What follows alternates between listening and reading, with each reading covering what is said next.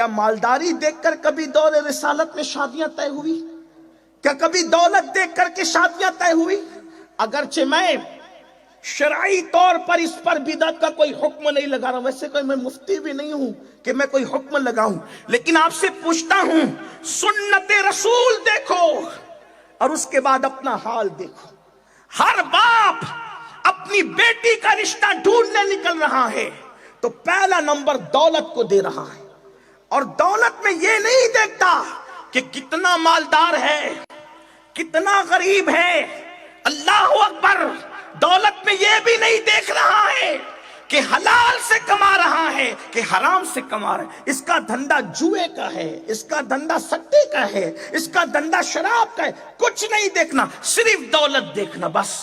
اور یہ دولت حرام کی دولت، اگر حرام کاروبار کرنے والے کے گھر اپنی بیٹی کو بیا رہا ہے تو گویا کہ اپنے ہاتھ سے اپنی بیٹی کو جہنم میں ڈھکیل رہا ہے۔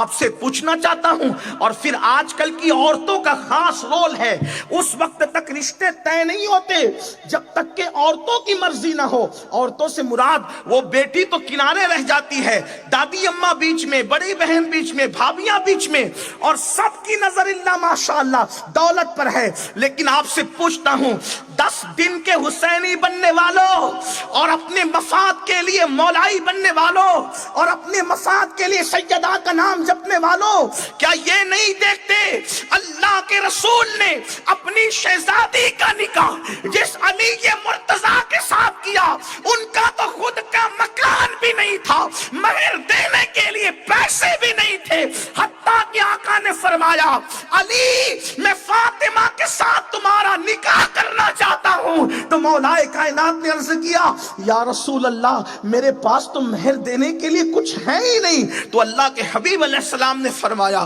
اپنی زرہ بیچ دو اور زرہ بیچ کر کے مہر ادا کرو۔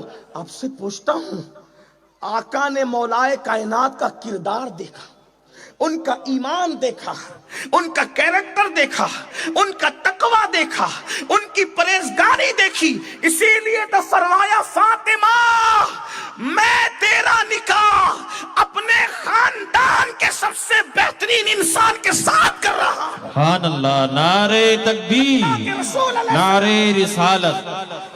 اس لیے کہ مولا کائنات خوبصورت بھی تھے اور علم اتنا کہ باب مدینۃ العلم تھے، اور نسب کا حال کیا بلکہ خود میرے آقا فرماتے ہیں سب الگ الگ درخت کی الگ الگ ٹہنیوں سے ہیں، میں اور علی ایک درخت کی دونوں شاخوں کا نام۔ سبحان اللہ، سبحان ہم دو اللہ۔ شاخ ہیں۔ حضور علیہ السلام نے ان کا نسب، ان کا علم، ان کا حلم، ان کا تقوی دیکھا۔ لیکن آپ کو بتاؤں، لیکن جب ہم مولا علی کا مال دیکھتے ہیں تو مجھے یہاں ایک بات یاد آتی۔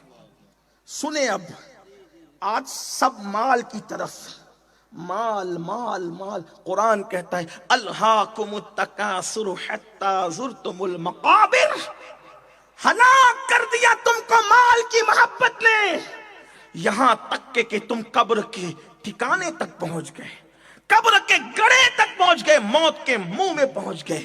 میں قوم کی بیٹیوں سے کہنا چاہتا ہوں اگر سبھی دولت پرست بن جائیں تو شرافت کا قدردان دنیا میں کون رہے گا؟ شرافت کی قدر کون کرے گا؟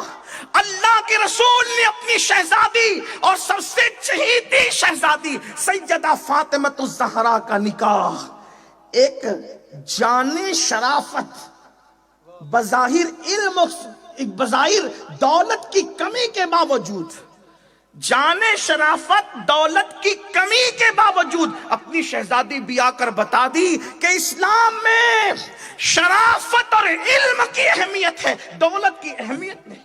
دولت تو چپل جوتے سینے والے بھی حاصل کر لیتے ہیں، لیکن شرافت بہرحال شرافت ہے۔